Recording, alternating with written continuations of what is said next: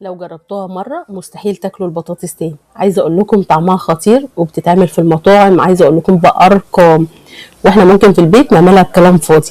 تعالوا مع بعض نشوف ايه هي اللي اجمل من البطاطس. وهي النهاردة معانا البطاطا.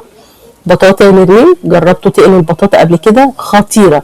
عايزة اقول لكم مستحيل تاكلوا بطاطس تاني بعد الفيديو ده. طبعا هاتوا الكميه اللي تحبوها. انا جبت البطاطا غسلتها، بعد ما غسلتها قشرتها، وبعد كده هقطعها. عندي القطاعه دي اللي شفتوهم بقالها سنين وسنين، لكن للاسف اتكسرت. بس الحمد لله ان اتكسرت بعد ما خلصت البطاطا قطعتها.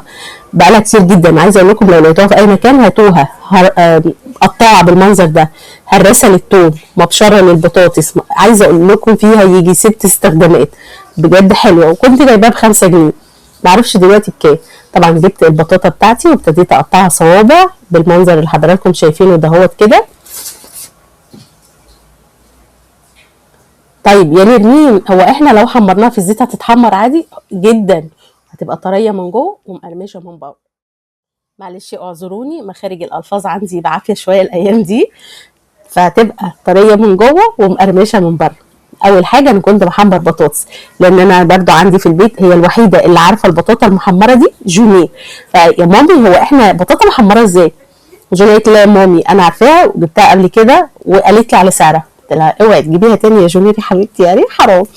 فالمهم يعني حمرت بطاطس وده كان شكلها. والبطاطا اهي بحمرها زيت مش كتير قوي ومش قليل قوي، النار تكون عاليه جدا، وننزل بالبطاطا وتغسلوها قبل ما تقشروها، عشان لما تقشروها ما تضطروش تغسلوها. وده كده شكلها. عايزه اقول لكم خطيره.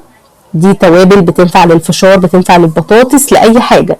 تجيبوها تخلوها في البيت بدل ما تجيبوا لاولادكم شيبسات وحاجات من الشارع، علشان خاطر احنا عايزين بطعم الشطه والليمون بطعم الجبنه مش عارفه ايه. لا، السبرينكل ده بيتباع برضه مش غالي قوي، ويبقى عندكم في البيت وتحطوا منه. طبعا جونير دقيتها في الاول، قالت لي لا يا مامي بصوا دي جونير، قالت لي لا انا عايزاها بطعم البيتزا. قلت لها مفيش مشكله، لان هي مشطشطه شويه، ورشينا عليها سنه كده من الملح الصخري. وعايزه اقول لكم طعمها خطير. لايك وشير اذا عجبتكم الوصفه. ما تنسوش تتابعوني على قناتي على اليوتيوب نرمين سمير. وباي باي.